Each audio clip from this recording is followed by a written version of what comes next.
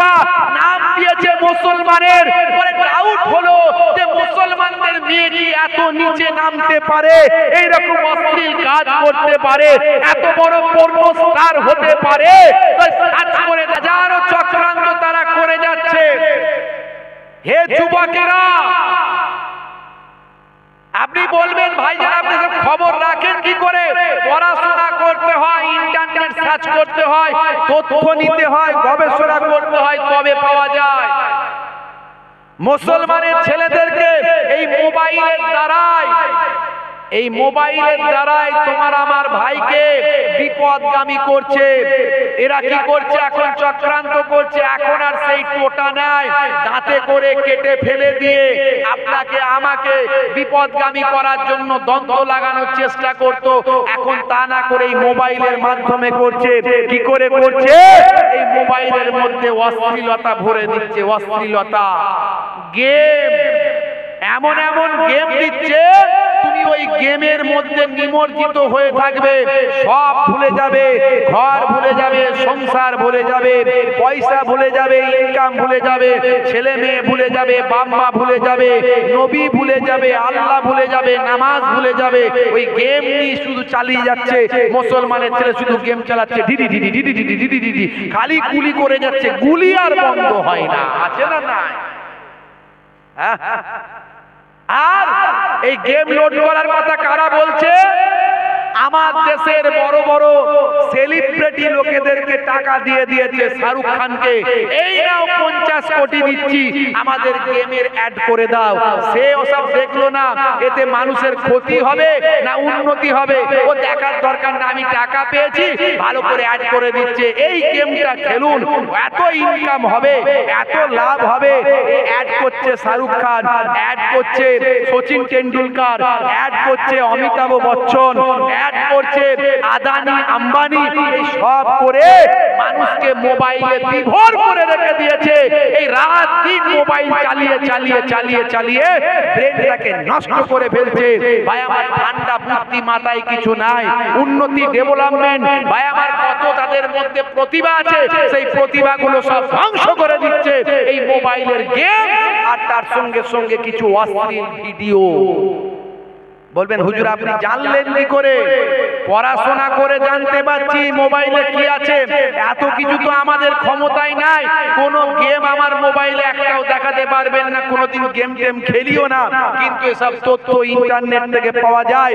ভাই আমার এসব তথ্য লেখালেখি পড়াশোনার মাধ্যমে পাওয়া যায়। এমনকি অশ্লীল ভিডিও এই মোবাইলে দেখিয়ে দিচ্ছে, ছেলে মেয়ের অবৈধ সম্পর্ক, অশ্লীল ভিডিও। ভাই আমার এতে দেখানো হচ্ছে, এই দেখে আমার আপনার ঘরের ছেলেরা, যুবকেরা, বাচ্চা বাচ্চা ছেলেরা মোবাইল পেয়ে তারা অশ্লীলতায় মগ্ন হয়ে তাদের দুনিয়া আখেরা ধ্বংস করে দিচ্ছে। এমনকি আমি আজকে আমাকে একজন ইন্টারনেটে পাঠালো, হুজুর দেখুন এই যে একজন পপ স্টার বা পর্ন স্টার, মানে যারা অশ্লীল ভিডিও তৈরি করে, যারা অবৈধভাবে ভিডিও তৈরি করে, অবৈধ নারী পুরুষ একসঙ্গে মিলিত হয়, নারী পুরুষ একসঙ্গে সহবাস করে, একসঙ্গে জেনা করে, ব্যভিচার করে, ধর্ষণ করে, এই রকম ভিডিও তারা তৈরি করে। তার মধ্যে একজন নাম হলো মিয়া খলিফা। বলে হুজুর ইন্টারনেটে ধরা পড়েছে, মিয়া খলিফা নাম দিয়েছে মুসলমানের। পরে ডাউট হলো যে মুসলমানদের মেয়ে কি এত নিচে নামতে পারে, এইরকম অশ্লীল কাজ করতে পারে, এত বড় পর্ন স্টার হতে পারে? সার্চ করে দেখা গেল, যার ভালো করে ভেরিফাই করে দেখা গেল এই মিয়া খলিফা আসলে মুসলমান নয়, এ হলো একজন লেবানিস অমুসলিম, এ মুসলমান নয়, একে পশ্চিমারা ব্যবহার করেছে, এর নাম দিয়েছে মিয়া খলিফা। অথচ খলিফা মুসলমানদের একটা সম্মানের জিনিস। খলিফা মানে হলো প্রতিনিধি, আল্লাহর নবীর প্রতিনিধিদের খলিফা বলা হয়। এ মুসলমানদের ইনসাল্ট করার জন্য, মুসলমানদের ছোট করার জন্য, মুসলমানদের হেয় প্রতিপন্ন করার জন্য একটা উপাধি নিয়েছে। এর আসল নাম অন্য, এর আসল নাম অন্য, এর আসল নাম মিয়া খলিফা নয়, এ আসল নাম অন্য। ভাই আমার মিয়া খলিফা উপাধি নিয়ে এ ষড়যন্ত্র করে ভাই আমার আসল নাম হচ্ছে সারা জো চামুন। সারা জো চামুন এর আসল নাম হলো সারা জো চামুন। ইন্টারনেট সার্চ করবেন পাবেন, কিন্তু উপাধি নিয়েছে মিয়া খলিফা, যাতে করে সারা বিশ্বের মুসলমানরা ভাবে একজন মুসলমান, আর একে দেখে এর পথে মুসলমানদের একটা অংশ যায়। এইভাবে মুসলমানদের অন্যায় পথে ধাবিত করার জন্য এই ষড়যন্ত্র তারা চালাচ্ছে। আর মুসলমানদের আমার আপনার ঘরের যুবকেরা এদের ষড়যন্ত্রে পা দিয়ে দুনিয়া আখিরাত বরবাদ করে দিচ্ছে। মনে রাখবেন হে যুবকেরা, এই ইন্টারনেট তুমি ভালোভাবে ব্যবহার করো, ইসলামের পথে ব্যবহার করো, অন্যায় পথে ব্যবহার করবে না, অশ্লীলতার পথে ব্যবহার করবে না, গেম খেলে খেলে সময় নষ্ট করে দেবে না, জীবনটা বরবাদ হয়ে যাবে। হে মুসলমান, এই চক্রান্ত তোমাদের উপর অনেক আগে থেকে চলছে। হে যুবকেরা, হে ভারতবাসীরা, ভাই আমার এই ইংরেজদের এই পাশ্চাত্যের চক্রান্ত, পাশ্চাত্য আমাদেরকে তারা একটা মায়া জালের ভিতর রাখতে চায়, আমাদের সমস্ত কিছু লুটে পুটে খেতে চায়। এই চক্রান্ত তাদের আজ থেকে নয়, তারা ইস্ট ইন্ডিয়া কোম্পানির নাম দিয়ে ভারতবর্ষে ঢুকেছিল, ঢুকে ভারতবর্ষে ব্যবসার কথা বলে সারা ভারতবর্ষকে দখল করেছিল, নীলকর চাষীদেরকে ভাই আমার নীল চাষ করতে বাধ্য করেছিল। ও ইতিহাস ভুলে গেলে বোকামি ছাড়া অন্য কিছু হবে না। সেই ব্লাড, সেই রক্ত তাদের, তারা আজও তারা আমেরিকায় বসে বসে, ব্রিটেনে বসে বসে, ইংল্যান্ডে বসে বসে সারা বিশ্বের মানুষকে নিজেদের মায়া জালে আটকে রেখে মানুষকে বন্দী করে মানুষের উপর অত্যাচার চালিয়ে যাচ্ছে মেন্টালি এবং ফিজিক্যালি ভাবে। যদি এটা আমরা না বুঝি, আমরা ভাইয়ে ভাইয়ে লড়াই করি, হিন্দু মুসলিম খ্রিস্টান জৈন বৌদ্ধ ভাই আমার প্রতিবেশীদের লড়াই করে আমরা ধ্বংস হব, আর তারাই লাভবান হবে। এটা আমাদের মাথায় রাখতে হবে। হে মুসলমান, দুনিয়া আখিরাতকে বরবাদ করে দিও না। আজকে তুমি ইন্টারনেট অন্যায় ভাবে ব্যবহার করছো, ইন্টারনেটে তুমি পর্ন ভিডিও দেখছো, ইন্টারনেটে তুমি গেম দেখছো, অশ্লীল ভাবে তুমি কাজকর্ম করছো, অশ্লীল ভিডিও ছবি দেখছো, ফটো দেখছো, তোমার দুনিয়াও বরবাদ হবে, তোমার আখিরাতও বরবাদ হবে। তোমার কোনো ইবাদত কাজে লাগবে না, তোমার নামাজ রোজা হজ যাকাত কাজে লাগবে না, তোমার ওয়াজ ইবাদত বندگی কাজে লাগবে না। আজ থেকে তওবা করো, ইন্টারনেটকে আমি সহিভাবে ব্যবহার করব, খারাপ পথে কোনোদিন ব্যবহার করব না। রাজি আছেন তো মুসলমান? বলেন ইনশাআল্লাহ, বলেন ইনশাআল্লাহ। যুবকেরা আমার, তরুণ যুবকেরা আমার, আপনার আমার নবী আখেরি জামানার পয়গম্বর, জগতের শেষ নবী শান্তির কথা মানুষকে প্রচার করেছে, শান্তির বাণী মানুষকে দান করেছে, ইসলামের কথা বলেছে। হে তরুণ যুবকেরা, লম্বা ঘটনা আছে অনেক, বেশি কথা বলতে গেলে সময় লেগে যাবে। হে তরুণ যুবকেরা, হে আমার বন্ধুরা, হে আমার মুরব্বিয়ানেরা, শুনে রেখে দিন বাবা, জেনে রেখে দিন। হে মুসলমান, একটুখানি লক্ষ্য করো আল্লাহর নবীকে কেমন সাহাবায়ে কেরামেরা মেনেছেন, কেমন সাহাবায়ে কেরামেরা নবীর আখলাক গ্রহণ করেছেন, রাসূলের চরিত্রটা কেমন তারা গ্রহণ করেছেন, আল্লাহর নবীকে। হে তরুণ যুবকেরা, হে আমার মুরব্বিয়ানেরা, আউলিয়ায়ে কেরামরা কেমন ভাবে মেনেছেন, কেমন ভাবে তার আখলাকটাকে গ্রহণ করেছেন, নবীর দেখানো পথ কেমন ভাবে তারা নিয়েছেন।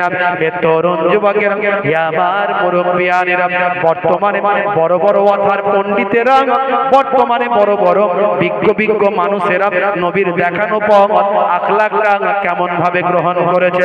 একটা ছোট্ট উদাহরণ দেব, নবীর একজন শিষ্য কেমন নবীর আখলাক চরিত্র ফলো করেছে, নবীর দেখানো পথ কেমন ভাবে মেনেছে। আমি আপনাদের কাছে একটা ঘটনার মধ্যে দিয়ে, ছোট্ট আলোচনার মধ্যে দিয়ে আমি আপনাদের মাঝখানে তুলে ধরব।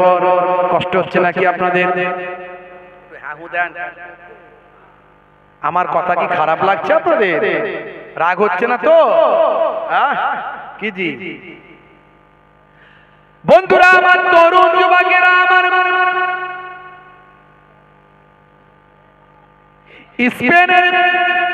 স্পেনের বুকে একজন রাজা ছিলেন, রাজা সুলতান ছিলেন, নাম হলো হযরত মালিক শাহ।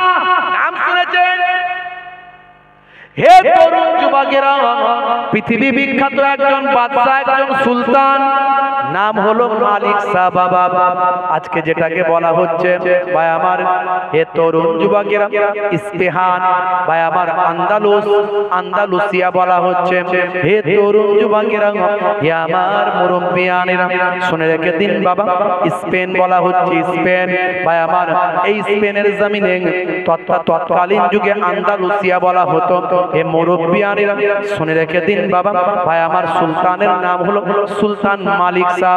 সুলতান মালিক শাহ একজন পৃথিবী বিখ্যাত ন্যায় বিচারক বাদশা ছিলেন বাবা। নবীর কেমন শিষ্য, কেমন আখলাক তার ছিল, কেমন তার চরিত্র, কেমন নেতা ছিলেন বাবা। আজকের যুগের নেতাদের কথা একটু ভাবো, আর তখনকার নেতা কেমন ছিলেন ভাবো। বন্ধুরা আমার, তরুণ যুবকেরা আমার, নেতৃত্ব কেমন ভাবে দিতে হবে আখেরি জামানার পয়গম্বর দয়ার নবী আমার শিখিয়ে দিয়েছেন। হে তরুণ যুবকেরা, হে আমার বন্ধুরা, শুনে রেখে দিন বাবা, নবী আমার কেমন নেতা ভাই আমার, দোস্ত আমার, যিনি ভাই আমার 26 থেকে 27টা যুদ্ধের সেনাপতিত্ব করেছেন স্বয়ং আখেরি জামানার পয়গম্বর, যিনি নিজে 26 থেকে 27টি যুদ্ধের সেনাপতিত্ব করেছেন। জীবনে একটা যুদ্ধেও কোনোদিন কখনো পরাজিত তাকে হতে হয়নি। এই রকম একজন নেতা, এই রকম একজন লিডার। এ তরুণ যুবকের আবার যখন তিনি মক্কা ছেড়ে মদিনায় গিয়েছিলেন, মদিনায় গিয়ে মদিনার ইহুদিদের পাড়ায় গিয়েছিলেন।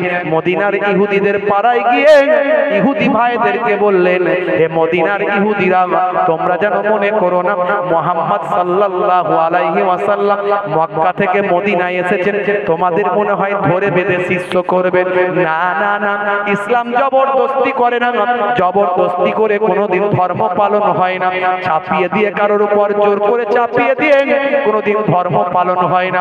তাই কোরআনে, তাই ইসলামে বলে দেওয়া হয়েছে, তাই কোরআনে বলা হয়েছে বাবা, জোর করে ধর্ম হয় না।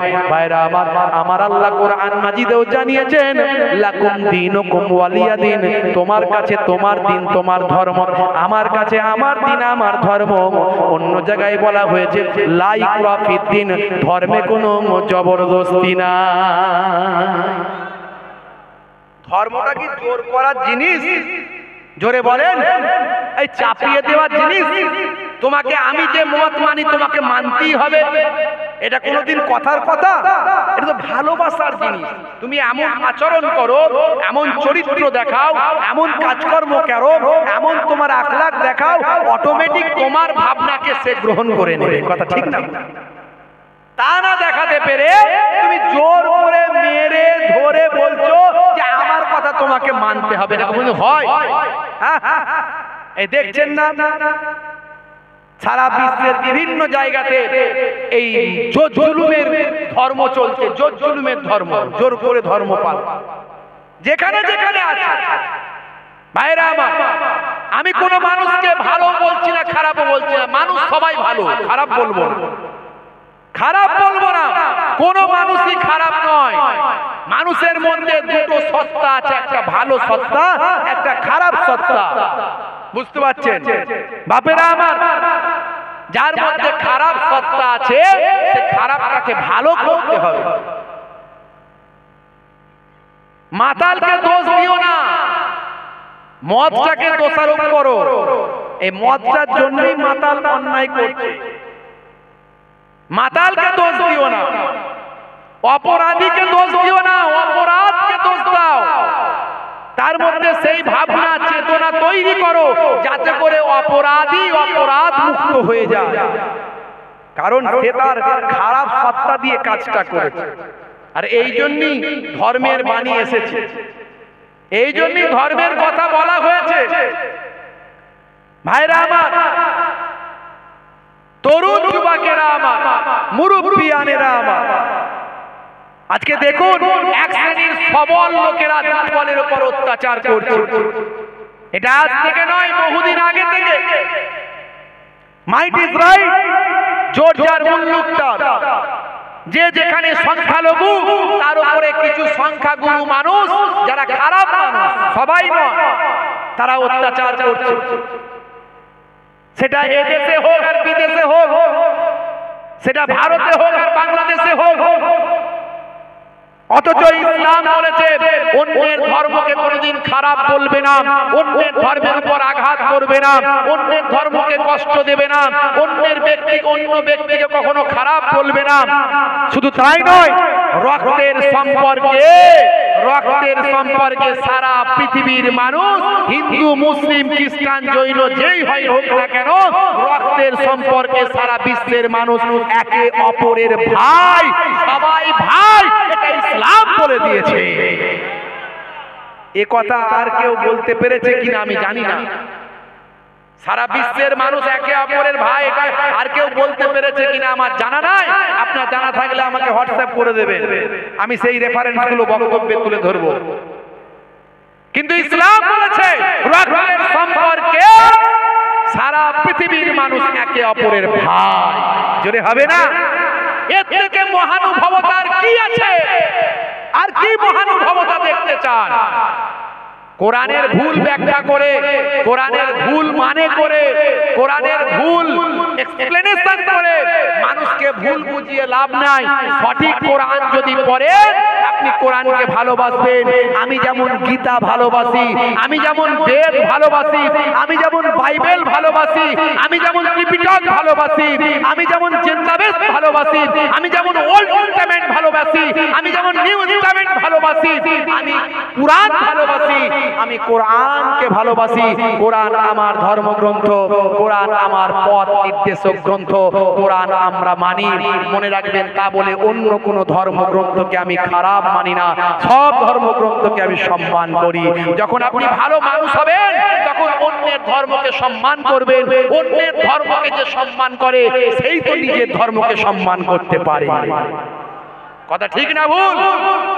আমি তো আর গোপনে কথাগুলো বলছি না, মানুষকে ভুল বুঝিয়েও যাচ্ছি না, ইন্টারনেটের সামনে কথা বলছি। পৃথিবীর বুকে লক্ষ লক্ষ মানুষ আমার বক্তব্য শোনেন। যে কথা আগেও বলেছি, সে কথা আজও বলছি। কিন্তু এক শ্রেণীর মানুষ আছেন, তারা সমাজের বুকে বিভাজন করছেন হিন্দু মুসলমানের মধ্যে। তারা নিজেরা গেম খেলে নিজেদের চেয়ারকে ইংরেজদের মতো পাকা করার চেষ্টা করছেন, যেমন ইংরেজরা করেছিল হিন্দু মুসলমান খ্রিস্টান জৈনের মধ্যে বিভাজন লাগিয়ে দিয়ে নিজেদের গদি আসনকে মজবুত করার। আজও সে চক্রান্ত করছে, সেটা এই দেশে হোক আর ওই দেশে হোক, তারা চালিয়ে যাচ্ছে এক শ্রেণীর মানুষ, সেটা ভারতে হোক আর বাংলাদেশে হোক। যারা করছে, যে ধর্মেরই হোক, আমি চরম নিন্দা করি, চরম নিন্দা করি।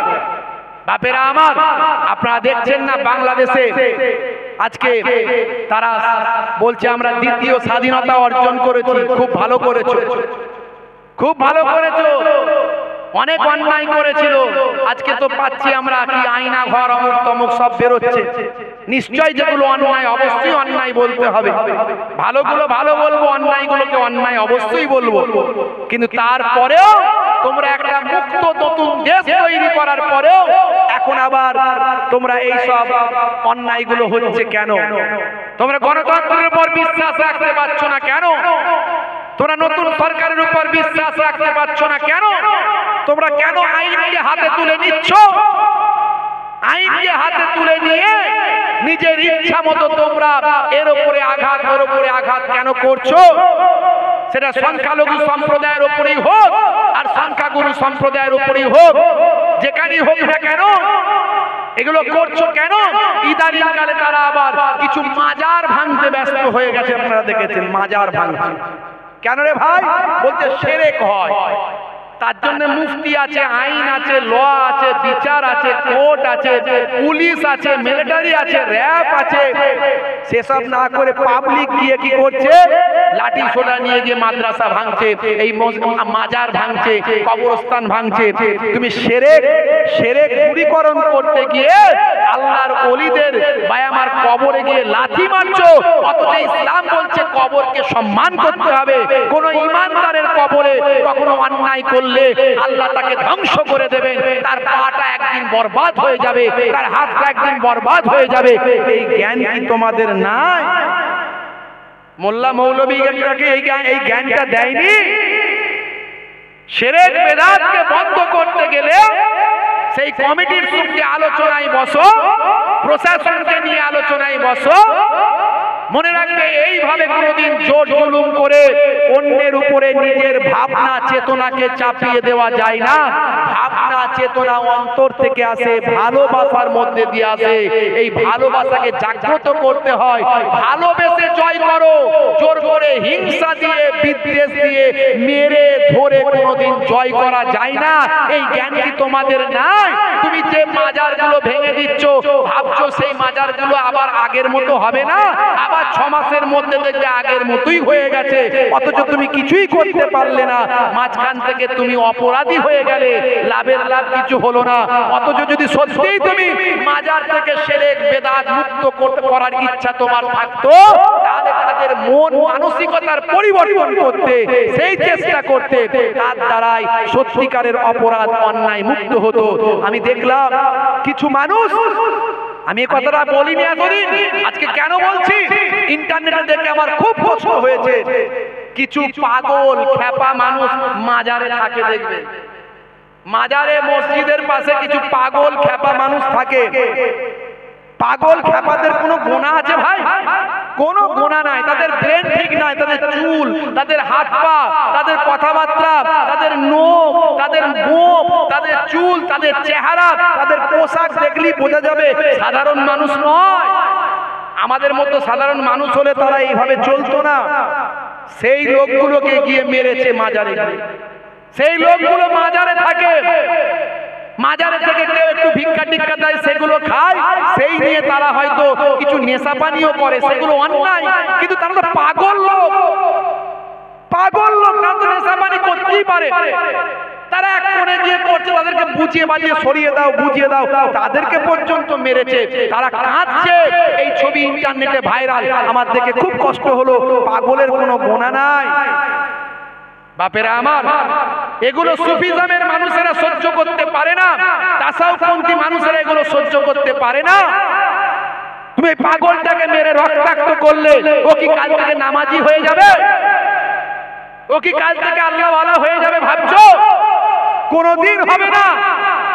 কারণ ও পাগল খ্যাপা মানুষ, ওকে ওইভাবে মেরে পরিবর্তন হয় না। যদি ওকে ভালোবাসতে, ও ভালোবাসলে হয়তো একটু পরিবর্তন হতে পারত, মেরে পরিবর্তন করা যায় না। ভাইরা আমার, এটা আমার নবীর আখলাক নয়। আমার নবী অসহায় মানুষদের ভালোবাসতেন, ক্ষুধার্ত মানুষদেরকে খাবার দিতেন, পোশাকহীন মানুষকে পোশাক দিতে বলেছেন।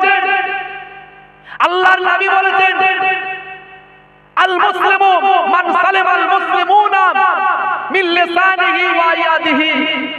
আল মুসলিমু মান সালামাল মুসলিমুনা আল মুসলিমু মান সালামাল মুসলিমিনা মিন লিসানিহি ওয়া ইয়াদিহি। ওই ব্যক্তি প্রকৃত মুসলমান নয় যার হাতের দ্বারাই, যার কথার দ্বারাই অন্য মুসলমান কষ্ট পায়।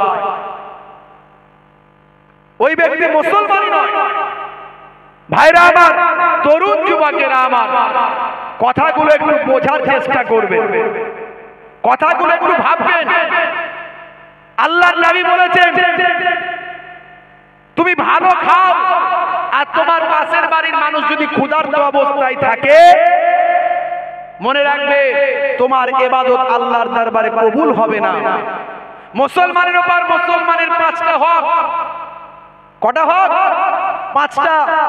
আল মুসলিমু হাক্কুল মুসলিমি আলাল মুসলিমি খামস। মুসলমানের উপর মুসলমানের 5টা হক। রাদ্দুস সালাম, সালামের জবাব দাও। ওয়া ইয়াদাতিল মারিজ, বিমারি মানুষকে দেখতে যাও। ওয়া ইত্তিবাইল জানাইজ, জানাজায় অংশ নাও। ওয়া ইজাবাতুদ দাওয়াত, কেউ দাওয়াত করলে, আমন্ত্রণ করলে গ্রহণ করো। ওয়া তাসমিয়াতিল আতিস, এবং হাঁচি হলে তার জবাব দাও। তাহলে বিমারি মানুষকে দেখতে যেতে হবে, এটা ইসলাম বলেছে। ক্ষুধার্ত মানুষকে খেতে দিতে হবে, ইসলাম বলেছে। এমনকি বলেছে তুমি যখন ভালো মন্দ খাবে, পাশের প্রতিবেশীকে, পাশের বাড়িটাকে দিয়ে খাবে। যদি মনে হয় তাকে দিলে তোমার কমে যাবে, এমন ভাবে খাবে যাতে পাশের বাড়ির ছেলেপুলেদের নাকে যেন খবর না যায়।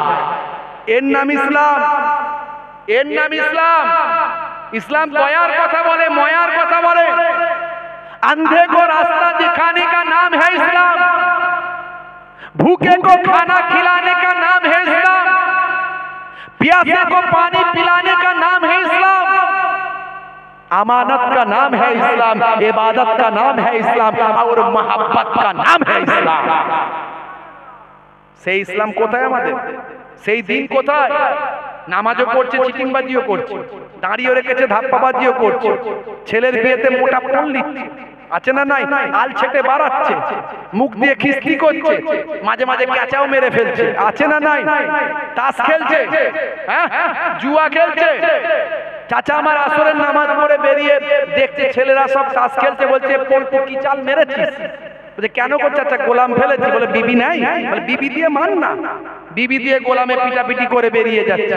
হাই রে হাই, ইসলাম আজকে আমরা কেমন ইসলাম মেনে চলছি? আর নবীর একজন শিষ্য আন্দালুসিয়া, স্পেন, সেখানকার যিনি সুলতান নাম হলো মালিক শাহ, হযরত মালিক শাহ। হে তরুণ যুবকেরা, হে আমার বন্ধুরা, শুনে রেখে দিন বাবা, জেনে রেখে যান, হযরতে মালিক শাহ বিশ্ববিখ্যাত একজন সুলতান ছিলেন বাবা। কেমন নবীর আদর্শ মেনেছেন, কেমন নবীর আখলাক মেনেছেন বাবা, কেমন নবীর চরিত্র মেনেছেন। হে তরুণ যুবকেরা, একজন নামাজি পরেশগার আল্লাহওয়ালা সুলতান ছিলেন বাবা হযরতে মালিক শাহ।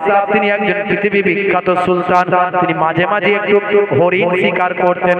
তৎকালীন যুগের শিকার করা একটা গর্বের ব্যাপার। তখন সমস্ত রাজা বাদশারা তৎকালীন যুগে তারা শিকার টিকার তারা করতেন। এই শিকার করা একটা গর্বের ব্যাপার। শিকার করা ভাই আমার, তখন জঙ্গল বেশি ছিল, তখন পশু পাখিও বেশি ছিল বাবা। হে তরুণ যুবকেরা, হে আবার মুরব্বিয়ানেরা, মালিক শাহ বাবা সুলতান মালিক শাহ তিনি ভাই আমার শিকারে বেরোলেন। তার সৈন্য সামন্ত নিয়ে একটা জঙ্গলে গেলেন। গভীর জঙ্গলের পাশে গিয়ে, জঙ্গলের ধারেই ছিল একটা গ্রাম। সেই গ্রামে গিয়ে তিনি অবস্থান করলেন। কয়েকদিন ধরে ওই গ্রামে থাকবেন আর প্রতিদিন জঙ্গলে গিয়ে ভাই আমার হরিণ শিকার করবেন। হে তরুণ যুবকেরা, হে আমার বন্ধুরা, শুনে রেখে দিন বাবা, জেনে রেখে দেন, একদিনকার ঘটনা। ওই মালিক শাহর সঙ্গে যে সমস্ত সৈন্যগুলো ছিল, এই সৈন্যরা একদিন খাবার জন্য দেখলো আজকে আমরা কি খাবো। অতি সহজে খাবার কোথায় পাই? দেখতে পেল একটা বৃদ্ধা মানুষের একটা গাভী আছে। গাভী, এই গাভীটা দুধ দেয় বাবা। এই গাভীটার দুধের উপর নির্ভর করে ভাই আমার বৃদ্ধা মানুষটির সন্তানদের পেট চলে। হে তরুণ যুবকেরা, এই দুধটা তারা ভাই আমার বিক্রি করে, সেখান থেকে অর্থ উপার্জন করে তারা সংসারটা নির্বাহ করে।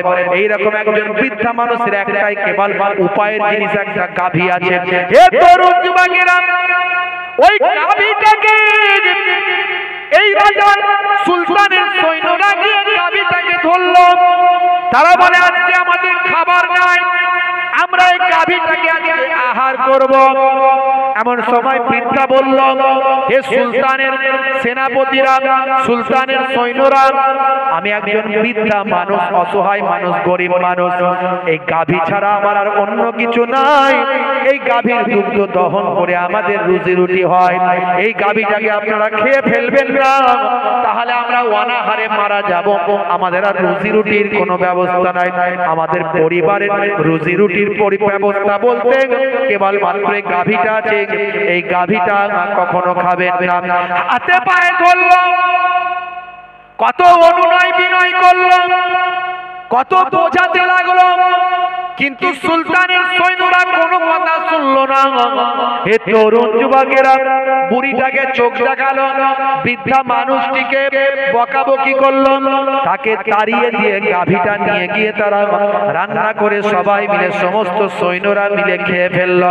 হে তরুণ যুবকেরা, বৃদ্ধা মানুষ অসহায় হয়ে পড়লো, চোখের পানিতে বুক ভাসাতে লাগলো। জানতে পারলো রাজা সুলতান মালিক একজন ন্যায় বিচারক, আল্লাহওয়ালা মানুষ। এই চিন্তা করে ভাইরা আমার তরুণ যুবকেরা ওই বৃদ্ধা তখন ভাবলেন সুলতান মালিক শাহকে আমি কোথায় পাবো, সুলতান মালিক শাহকে আমার কথাটা জানাবো।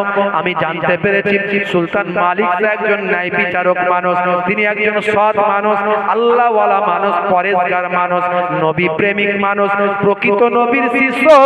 তার কাছে আমার মনের দুঃখের কথা জানাতেই হবে, তার সৈন্যদের অবস্থার কথা আমাকে বলতেই হবে। হে তরুণ যুবকেরা, হে আমার বন্ধুরা, এমন সময় ভাই আমার তরুণ যুবকেরা পরিচয়টা জেনে নিন, কোন রাস্তা দিয়ে তিনি যাবেন, কোন পথ দিয়ে তিনি যাবেন, এই খোঁজ খবরটা তিনি কোন রকমের জোগাড় করেন। সেই রাস্তার উপরে একটা ছিল পুল, একটা ছিল ব্রিজ, যাকে পুল বলা হয়, ছোট একটা পুল। সে পুলেতে গিয়ে ঘন্টার পর ঘন্টা অপেক্ষা করতে লাগলো। সুলতান মালিক শাহ এই রাস্তা দিয়ে যাবেন, তাকে আমি আমার মনের দুঃখের কথা খুলে বলবো। হে তরুণ যুবকেরা, এইভাবে ঘন্টার পর ঘন্টা অপেক্ষা করার পরে সেই শুভ সময় শুভক্ষণে সে হাজির হলো। সুলতান মালিক শাহ ভাই আমার তার সৈন্য সামন্ত নিয়ে সেই পথ দিয়ে ঘোড়ার উপর সওয়ার হয়ে তিনি চলে যাচ্ছেন। হে তরুণ যুবকেরা, এমন সময় বৃদ্ধা আওয়াজ দিয়ে বললেন, হে আন্দালুসের সুলতান, হে আন্দালুসের সুলতান, হে সুলতান মালিক শাহ, আমি বৃদ্ধা আপনার জন্য ঘন্টার পর ঘন্টা দাঁড়িয়ে আছি। আপনি আমার একটা ফয়সালা কি এই পুলেতে করবেন, না কাল কিয়ামতের দিনে পুলসিরাতের পুলে করবেন? আপনি এই পুলেতে করবেন, না কাল কিয়ামতের দিনে পুলসিরাতের পুলেতে করবেন? কোন পুলেতে আপনি আমার বিচারটা করবেন একটুখানি বলুন। দুনিয়ার জমিনে এই পুলেতে আমার বিচার করবেন, না কাল কিয়ামতের দিনে পুলসিরাতের পুলেতে বিচারটা করবেন? এই কথা শোনার পরে সুলতান মালিক শাহের হৃদয়টা থরথর করে কম্পন হলো। কিয়ামতের কথা বলো না ও বুড়িমা, বুড়িমা, কিয়ামতের পুলসিরাতের পোলের কথা বলো না।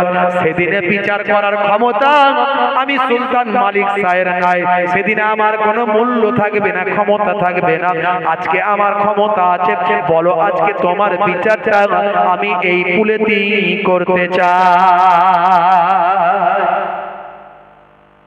আমি এই পুলেতেই বিচার করব। সঙ্গে সঙ্গে ঘোড়া থেকে নেমে বললেন, মা বুড়িমা, বলো তোমার কি বিচার চাই? নেতা কাকে বলে দেখুন। দয়ার নবী নেতৃত্ব শিখিয়েছেন, আল্লাহর নবী মসজিদে বসে আছেন। তখনকার যুগে তো টাইলস দেওয়া মসজিদ ছিল না, এসি মসজিদ ছিল না, বিশাল বিশাল বায়ামার প্রাসাদের মতো মসজিদ ছিল না। হে তরুণ যুবকেরা, উপরে খাজুর গাছের ডাল আর পাতা দিয়ে ছাওয়া, নিচেটা বায়ামার সেই মদিনার মাটি দিয়ে তৈরি মসজিদ। বাবা বন্ধুরা আমার, তরুণ যুবকেরা আমার, একদিন একটা ইহুদি বায়ামার আসমানি কিতাবে পণ্ডিত, সে চিন্তা করলো যদি প্রফেট মুহাম্মদ সত্যি সত্যি শেষ নবী হয়, আমি ঈসা নবীর কথা পড়েছি, মুসা নবীর কথা পড়েছি, আমি ইনজিল পড়েছি, তাওরাত পড়েছি, সেই নবী যদি সত্যি নবী হয়, নবী প্রচন্ড উত্তেজিত তিনি হবেন না, যে কোনো ভাই আমার রাগের বিষয়েও তিনি রাগ করবেন না, তিনি ঠান্ডা মেজাজে তিনি সমস্যার সমাধান করবেন, তিনি হবেন দয়ার নবী, তিনি হবেন মায়ার নবী। আমি আসমানি কিতাবগুলো পড়ে যা বুঝেছি, তাকে প্রচন্ড রাগিয়ে দেওয়ার পরেও কিন্তু তিনি রাগ করবেন না।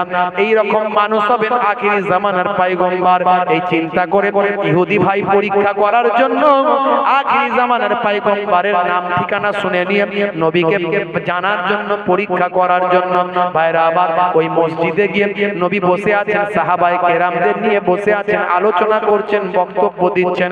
এমন সময় ওই ইহুদি মসজিদে ঢুকে মসজিদের এক ধারেতে গিয়ে, এক কোণেতে গিয়ে ছটছট করে পেচ্ছাপটা করতে শুরু করে দিল। এই পেচ্ছাপটা করতে যখন শুরু করলো, নবীর শিষ্যরা সাহাবায়ে কেরামেরা প্রচন্ড ক্ষিপ্ত হয়ে গেল। ইয়া রাসূলুল্লাহ, ইয়া হাবিবাল্লাহ, আপনি একবার অনুমতি দেন, এত বড় বদমাইশ, এত বড় জালেম, এত বড় ক্ষমতা আমাদের ইবাদতের ঘরেতে পেচ্ছাপ করে দেয়, ওর গার্দানে তলোয়ার মেরে গার্দানটা দুখানা করে দেব। নবী আমার ইজাজত দেওয়া তো দূরের কথা, ভাই আমার অনুমতি দেওয়া তো দূরের কথা। কেমন নেতা, কেমন নেতৃত্ব, কেমন প্রফেট, কেমন ভাই আমার বিশ্ব নবী, একটুখানি ভাবুন, চিন্তা করুন। হে তরুণ যুবকেরা, এনসাইক্লোপিডিয়া বিশ্বকোষ, বিশ্বকোষের রাইটার বলেছেন মুহাম্মদ সাল্লাল্লাহু আলাইহি ওয়াসাল্লাম has been the most practical and most successful of all prophets. Muhammad সাল্লাল্লাহু আলাইহি ওয়াসাল্লাম একজন অতি বাস্তববাদী এবং অতি সফলকামী সমস্ত নবীদের থেকে। হে তরুণ যুবকেরা, ভাই আমার দোস্ত, আমার মুরব্বিয়ানেরা, ভাই আমার ঐতিহাসিক স্মিথ বলেছেন, ভাই Fortune absolutely unique in history, ইতিহাসের বিরল চরিত্র হলো প্রফেট মুহাম্মদুর রাসূলুল্লাহ মুহাম্মদ সাল্লাল্লাহু আলাইহি ওয়াসাল্লাম। ভাই আমার ইজ এ থ্রি-ফোল্ড ফাউন্ডার, তিনটে ফোল্ডের প্রতিষ্ঠাতা, of a nation, of an empire, of A religion, একটা সমাজ, একটা ধর্মের, একটা জাতি তিনি প্রতিষ্ঠা করেছেন। হে তরুণ যুবকেরা, উইলিয়াম হার্ট, মাইকেল হার্ট, এই ভাই আমার, হে তরুণ যুবকেরা, হে আমার মুরব্বিয়ানেরা, তিনি একটা গ্রন্থ লিখেছেন। গ্রন্থটার নাম হলো দা 100। 100 জন সেরা সেরা মনীষীর নাম সেখানে তুলে ধরেছেন, বায়োডাটা সেখানে তুলে ধরেছেন। 100 জন মহাপুরুষের ভাই আমার ছোট ছোট করে বায়োডাটা, ইতিহাস সেখানে লিখে দিয়েছেন। তিনি চিন্তা করলেন কার নামটা আমি 1 নম্বরে লিখব, কার ইতিহাসটা আমি 1 নম্বরে তুলে ধরব। লোকে আমাকে প্রশ্ন করবে 1 নম্বরে কেন তাকে স্থান দেওয়া হলো? কারণ যাদের নাম ঠিকানা আমি, যাদের জীবনী, যাদের জীবন বৃত্তান্ত, যাদের বায়োগ্রাফি, যাদের বায়োডাটা আমি সেখানে তুলে ধরব, তারা তো সাধারণ কোনো মানুষ নয়, তারা পৃথিবীর সেরা সেরা মানুষ, সেরা সেরা মনীষী তারা। তাদের নামটা আমি 1 নম্বরে কেন না করে আমি প্রফেট মুহাম্মদ সাল্লাল্লাহু আলাইহি ওয়াসাল্লামের নামটা কেন 1 নম্বরে করব? হে তরুণ যুবকেরা, মাইকেল এইচ হার্ট, ভাই আমার মাইকেল হার্ট, বন্ধুরা আমার, হে তরুণ যুবকেরা, তিনি দা 100 গ্রন্থ লেখার সময় 1 নম্বরে আমার নবীর নামটাকে দিলেন। তার কারণ হলো তিনি বললেন আমি পৃথিবীর বুকে একজন মনীষীকে পেলাম যিনি 1450 বছর আগে যে কথাগুলো বলেছেন আজকের যুগেও সেটা বাস্তবায়ন বিজ্ঞানে পরিণত হয়েছে। 1450 বছর আগে যে কথাগুলো বলেছেন আজকের যুগেও তার একটা কথাকে পৃথিবীর বুকে কোনো মানুষ কেটে দেওয়া আর হিম্মত রাখে না। হে তরুণ যুবকেরা, সেই প্রফেট মুহাম্মদুর রাসূলুল্লাহ সাল্লাল্লাহু আলাইহি ওয়াসাল্লাম তার শিষ্যদেরকে বলে, আয় দাঁড়াও, কেউ তাকে আঘাত করো না, কেউ তাকে উত্তেজিত করো না, তার পেচ্ছাপে কেউ বাধা দেবে না, তাকে পেচ্ছাপটা ক্লিয়ার করতে দাও। কারণ পেচ্ছাপ যদি ক্লিয়ার না হয় মানুষের অসুখ হয়। পেচ্ছাপ করতে করতে যদি আটকে যায়, কিছুটা পেচ্ছাপ করলো, কিছুটা আটকে গেল, পেচ্ছাপ ক্লিয়ার হলো না। আজকের স্বাস্থ্য বিশেষজ্ঞরা বলছেন পেচ্ছাপ ক্লিয়ার না হয়ে যদি পেচ্ছাপ করতে করতে তাকে বারবার থামিয়ে দেওয়া হয়, এটা রোগের কারণ হয়, এটা অসুখের কারণ হয়, স্বাস্থ্যের জন্য ক্ষতি হয়। কারণ পেচ্ছাপ ক্লিয়ার না হলে স্বাস্থ্যের জন্য ক্ষতি, সেটা আজকের স্বাস্থ্য বিশেষজ্ঞরা বলছেন। অথচ 1450 বছর আগে দয়ার নবী সেদিনই বললেন যে পেচ্ছাপটা তাকে ক্লিয়ার করতে দাও, তাকে স্মুথলি পেচ্ছাপটা করতে দাও, না হলে তার স্বাস্থ্যের জন্য ক্ষতি হবে। মসজিদে পেচ্ছাপ করছে, অথচ আমার দয়ার নবী তার পেচ্ছাপটা ক্লিয়ার হওয়া পর্যন্ত অপেক্ষা করছেন। হে সাহাবীরা, তাকে কেউ আঘাত করবে না, তার পেচ্ছাপটা ক্লিয়ার হওয়ার পরে তাকে আমার সামনে ডেকে দাও। দেখেছেন দয়ার নবী কাকে বলে? আর আমরা মানুষ একটুতেই গরম, একটুতেই আগে ঠেঙিয়ে তারপরে অন্য কথা, আগে হাত চলবে তারপরে মুখ, কথা ঠিক না? ভাইরা আমার, আজকে মুসলমান আমাদের মধ্যে কোন জায়গায় আমরা পৌঁছে গেছি? সামান্য আধ জায়গায় কোর্ট কাচারি, মারপিট, দাঙ্গা, খুন খারাপি, সামান্য মুরগির ডিম। এখন তো লড়াই বেশি মুরগির ডিম নিয়ে, তাই তো নাকি? পল্টুর মায়ের সঙ্গে সন্টুর মায়ের মুরগির ডিম নিয়ে ঝগড়া, সেই ঝগড়া থেকে পরিবারের একে অপরের সঙ্গে আর কথা নাই, মারপিট মুরগির ডিম নিয়ে। বুঝতে পারছেন? হাই রে হাই, কি অবস্থা আজকে আমরা মুসলমান।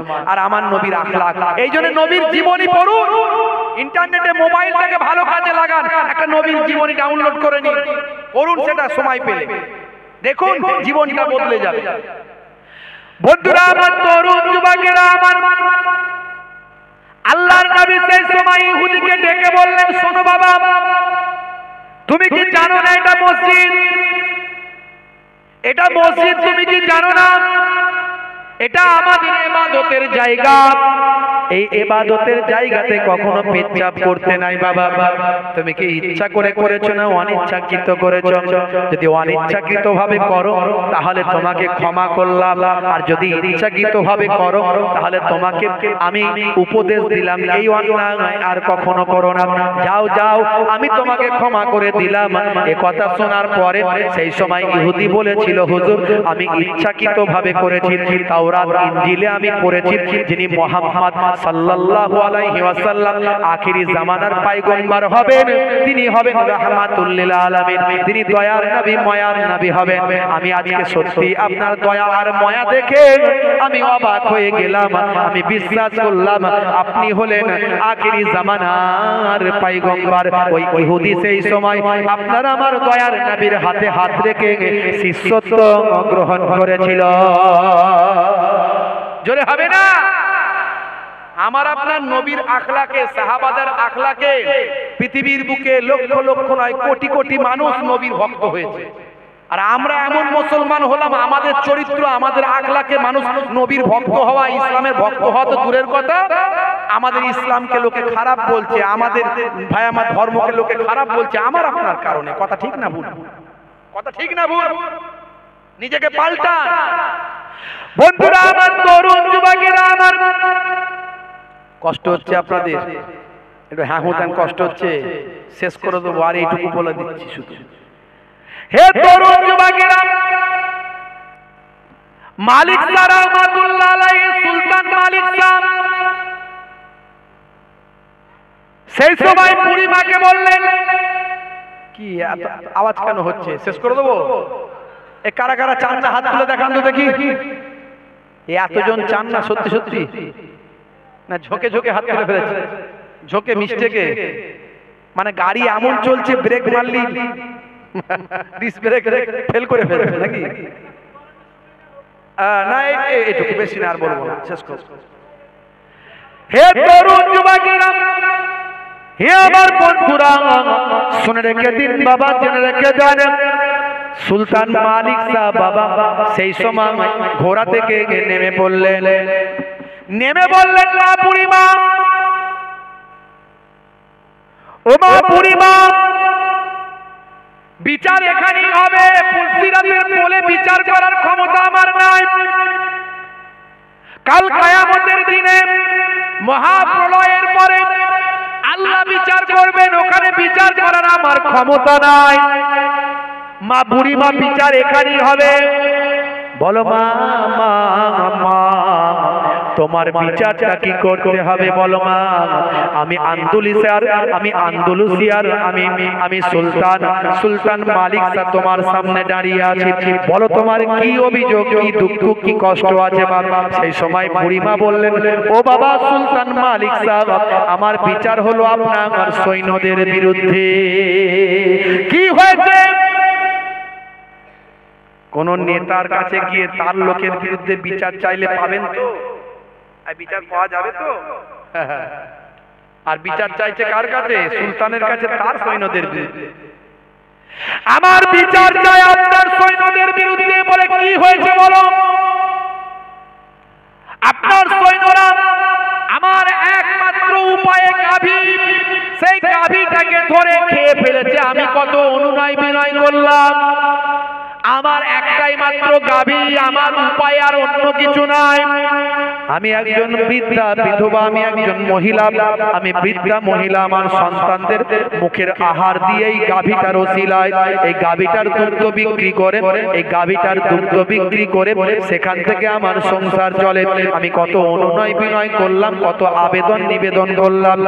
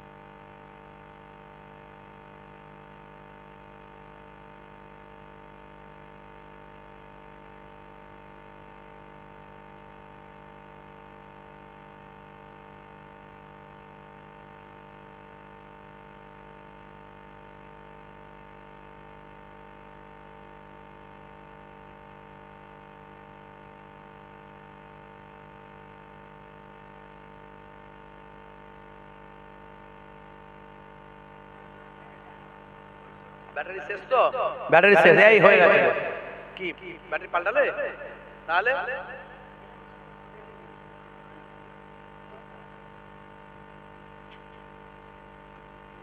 ভাইরা আমার, তরুণ যুবকেরা আমার, মুরব্বিয়ানেরা আমার, সুলতান মালিক শাহ বললেন বিচার তোমার এখানেই হবে। বুড়িমা বলো। বুড়িমা তখন খুলে কথা বললো সব। সেই সময় বলেছিল যে আমার অভিযোগ আপনার সৈন্যদের বিরুদ্ধে। আপনার সৈন্যরা আমার একটা উপায়ে গাভী ছিল, সেই গাভীটাকে আমার অনুনয় বিনয় করার পরেও আমাকে তাড়াতাড়ি মেরে আমাকে বকে টোকে দিয়ে জোর করে নিয়ে তারা খেয়ে ফেলেছে। হে তরুণ যুবকেরা, কেমন নেতা দেখুন। সুলতান মালিক শাহ বুড়িমার চোখের পানি সহ্য করতে পারলেন না। হে জওয়ান যুবকেরা, হে আমার মুরব্বিয়ানেরা, বুড়িমাকে বললেন, মা বুড়িমা চিন্তা করো না, আমি তোমার বিচার এখনই করে দেব মা। সেদিন কাল কিয়ামতের দিনে পুলসিরাতের কোলেতে বিচার করার ক্ষমতা সুলতান মালিক শাহের নাই। ও মা, সেদিন তুমি আল্লাহর দরবারে এই বিচারটা মোটেও দিও না, কারণ সেদিন যদি এই বিচারটা আল্লাহর কাছে দিয়ে দাও, সুলতান মালিক শাহ আল্লাহর দরবারে গ্রেফতার হয়ে যাবে। তাই মা চিন্তা করো না, তোমার বিচার এই আন্দালুসিয়ার পোলের উপর হয়ে যাবে বিচার। দেখো মা, এখনই আমি তোমার বিচার করছি। সুলতান রাগান্বিত হলেন, চোখটা অগ্নিশর্মা হয়ে গেল, ভয়ঙ্কর চেহারা ধারণ করলেন। ডাকো কোন সৈন্যরা বুড়িমার অনিচ্ছা সত্ত্বেও বুড়িমার জোর করে ওই গাভীটাকে ভক্ষণ করেছে, ডাকো। হে তরুণ যুবকেরা, সঙ্গে সঙ্গে ওই সৈন্যদেরকে ডাকা হলো। সুলতান মালিক শাহ তাদের ক্রোধের শিকার হলেন। তারা সুলতান মালিক শাহের ক্রোধের শিকার হলেন। প্রচন্ড উত্তেজিত হয়ে রাগান্বিত হয়ে তার ওই সৈন্যগুলোকে যারা ওই গাভীটার ভক্ষণ করেছিল প্রত্যেককে সাসপেন্ড করে দিলেন, চাকরিচ্যুত করে দিলেন। যাও, চাকরিতে তোমাদের কোনো স্থান নাই। হে তরুণ যুবকেরা, সুলতান মালিক শাহ অর্ডার করলেন একটা গাভীর বিনিময়ে এই বুড়িমাকে 70টা গাভী দিতে হবে। 70টা গাভী দিয়ে সুলতান মালিক শাহ বুড়িমার জন্য ন্যায় বিচার সেদিন কায়েম করেছিলেন। আল্লাহর নবী ন্যায় বিচার দেখিয়েছিলেন। ন্যায় বিচার নবীর দেওয়া ন্যায় বিচার যারা প্রকৃত ঈমানদার তারা পেয়ে থাকেন, তারা করে থাকেন। নবীর দেওয়া ন্যায় বিচার তারা করে থাকেন।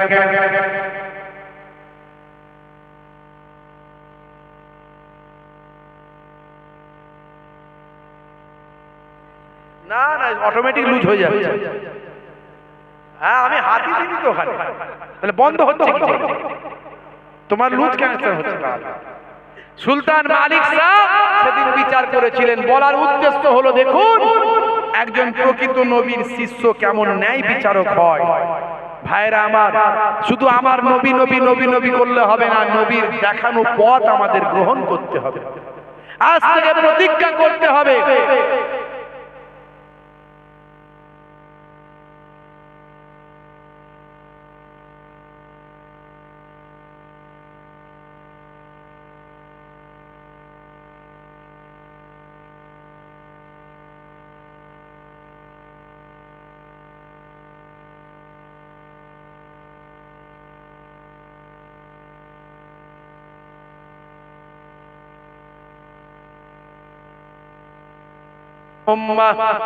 صل على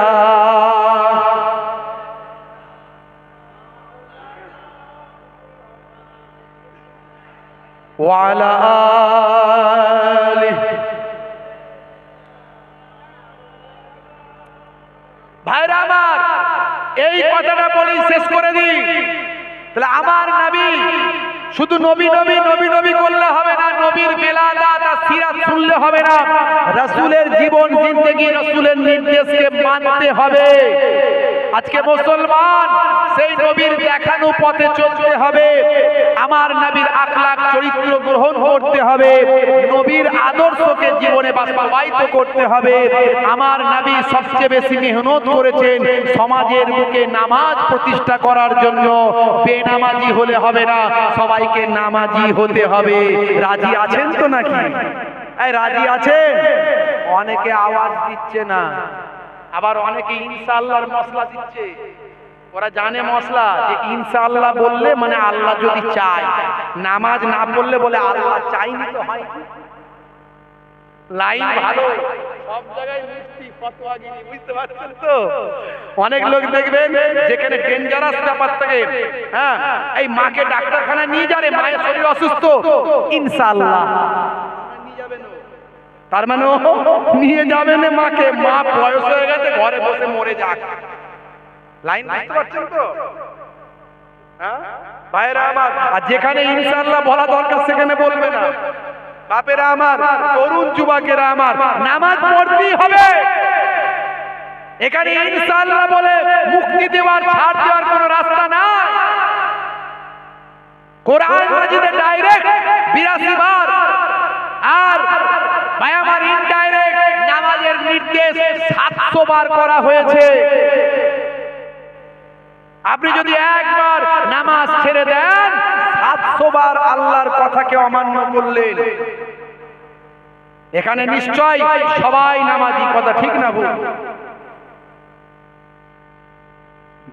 আল্লাহ রাব্বুল আলামিন আপনার আমার নামাজ का मोहताज नहीं है।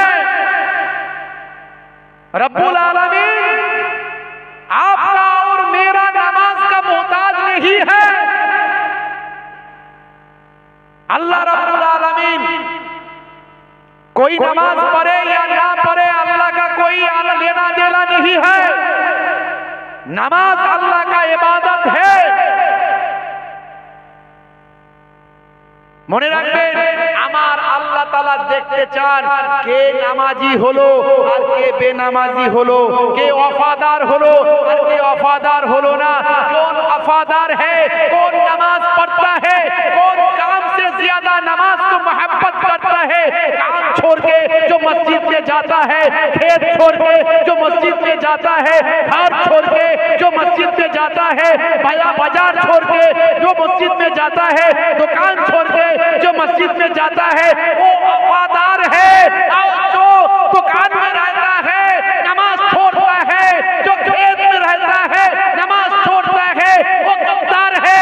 नमाजी कौन है, बेनमाजी कौन है, अल्लाह ये देखना चाहता है। अल्लाह को नमाज से कोई लेना देना नहीं है।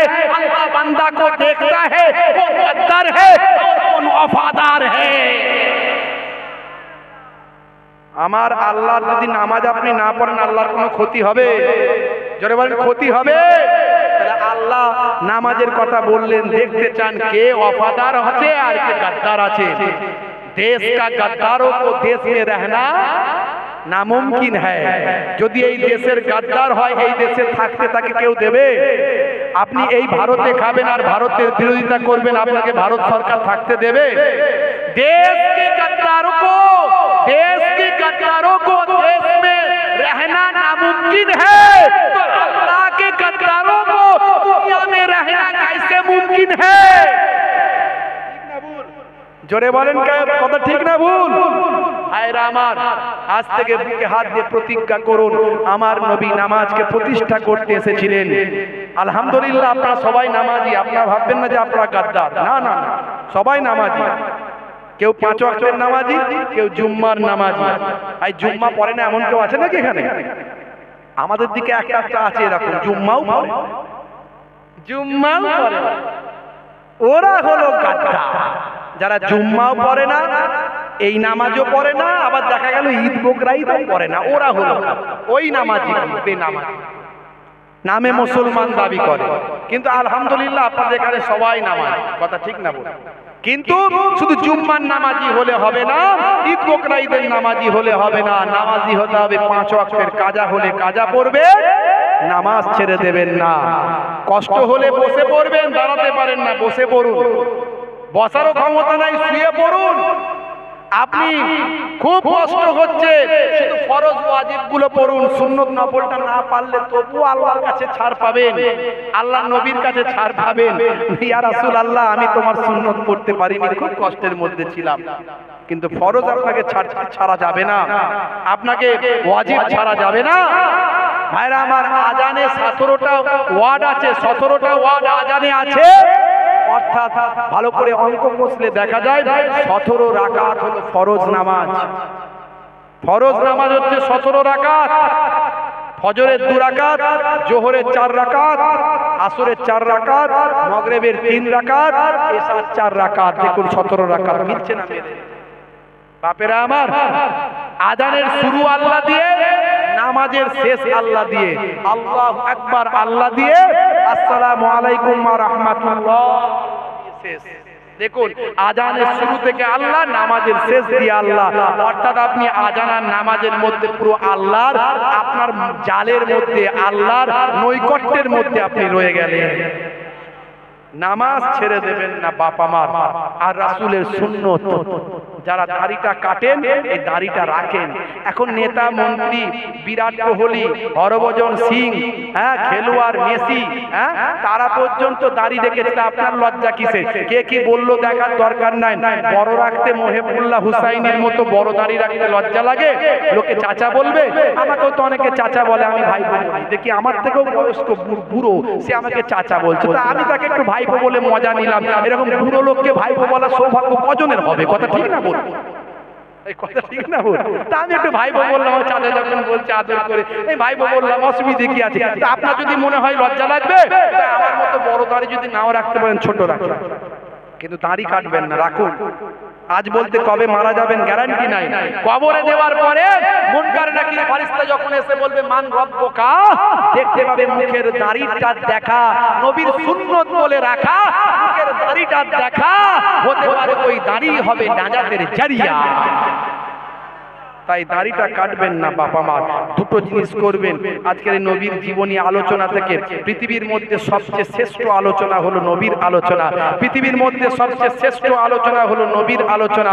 আমার আল্লাহ কোরআনে বলছেন, ওয়ারাফা'না লাকা যিকরাক, হে নবী আপনার আলোচনাকে আমি উচ্চ মর্যাদা দান করেছি। হে নবী আপনার আলোচনাকে শ্রেষ্ঠ আলোচনার আসন দিয়েছি। হে নবী আপনার আলোচনাকে পৃথিবীর শ্রেষ্ঠত্ব দান করেছি। অথচ কিছু মানুষ নবীর আলোচনা বন্ধ করতে চায়, মিলাদুন নবীর জলসা বন্ধ করতে চায়, মিলাদুন নবীর ওয়াজ বন্ধ করতে চায়, নবীর আলোচনা বন্ধ করে দিতে চায়, নবীর জন্মের কথা আলোচনা বন্ধ করে দিতে চায়, মানুষকে খাওয়ানো বন্ধ করে দিতে চায়। কিছু মানুষ এসব বেরিয়েছে। মনে রাখবেন, আমরা মুজাদ্দিদুজ জামানকে মানি, দাদা হুজুর পীর কেবলাকে মানি। দাদা হুজুর পীর কেবলা মস্ত বড় আলেম ছিলেন, ওলি ছিলেন, তার দেখানো পথে চলি। এত মোবাইলের যুগে, ইন্টারনেটের যুগে এত রকমের বক্তা বেরিয়েছে। কত যে বক্তা, কেউ বলছে কোরআন শরীফ আমি নতুন করে লিখছি, জানেন এইরকম বক্তাও আছে বাংলাদেশে, বলছে নতুন করে কোরআন শরীফ লিখছি, আগের গুলো যা ছিল এখন নতুন করে লিখছি, এটা হলো অরিজিনাল আসছে। আবার কেউ বলছে এমন বড় আমি তাফসীর লিখছি, তার নিজের নাম দিয়ে তাফসীর লিখছে, বলছে এত বড় আমি তাফসীর লিখছি, এই রকম তাফসীর পৃথিবীতেই নাই। এই রকম অহংকারী লোকেরা সব এখন উঠে পড়ে লেগেছে ইসলামকে ধ্বংস করার জন্য। বুঝতে পারছেন, আখেরি জামানা কার কথা মানবেন? একজন বলছে কালেমা লা ইলাহা ইল্লাল্লাহ মুহাম্মাদুর রাসূলুল্লাহ একসঙ্গে পড়লে শিরক হয়ে যাবে, একসঙ্গে কলেমাই পড়া যাবে না, মানে নবীর নাম আল্লাহর নামের সঙ্গে পড়বে না। আরে বেটা, আজানে আল্লাহর সঙ্গে নবীর নাম, আরে বেটা কোরআনে আল্লাহর সঙ্গে নবীর নাম, ওরে বেটা নামাজের ভিতরে আল্লাহর সঙ্গে নবীর নাম। নামাজ তো আল্লাহর জন্য, সেখানেও নবীকে সালাম দেওয়ার অর্ডার আল্লাহ দিয়েছে। আত্তাহিয়াতু লিল্লাহি ওয়াস সালাওয়াতুত তাইয়্যিবাত, আসসালামু আলাইকা ইয়া আইয়ুহান নবী। আছে না না? জোরে বলা আছে না না? এ জালেমেরা কি বোঝে? আমার নবীর নামকে আল্লাহর থেকে আলাদা করতে চায়।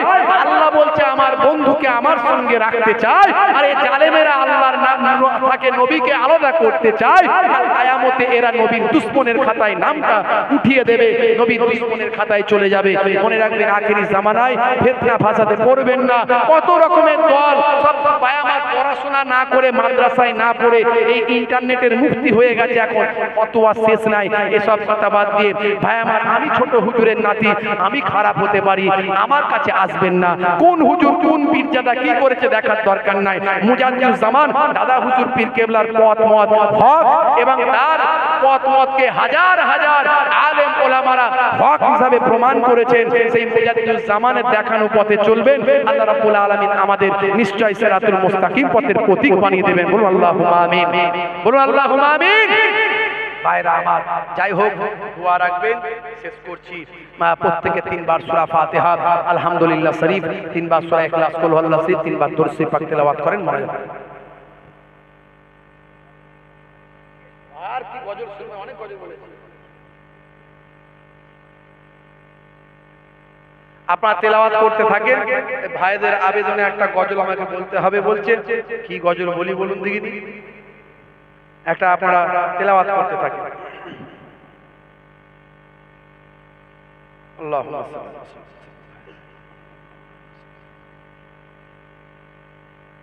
2-4 লাইন একটু বলে দিন, তেলাওয়াত করতে থাকেন।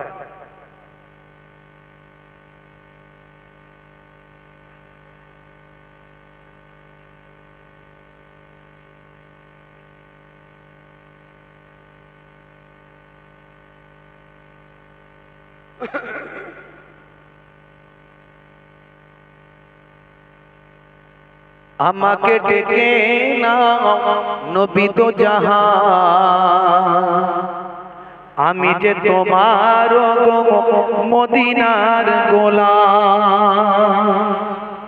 আমাকে ডেকে নাও নবী তো জাহান, আমি যে তোমার মদিনার গোলাম। তোমারই নামটা মনেতে এঁকেছি, তোমারই ফুল দিয়ে মালা গেঁথেছি।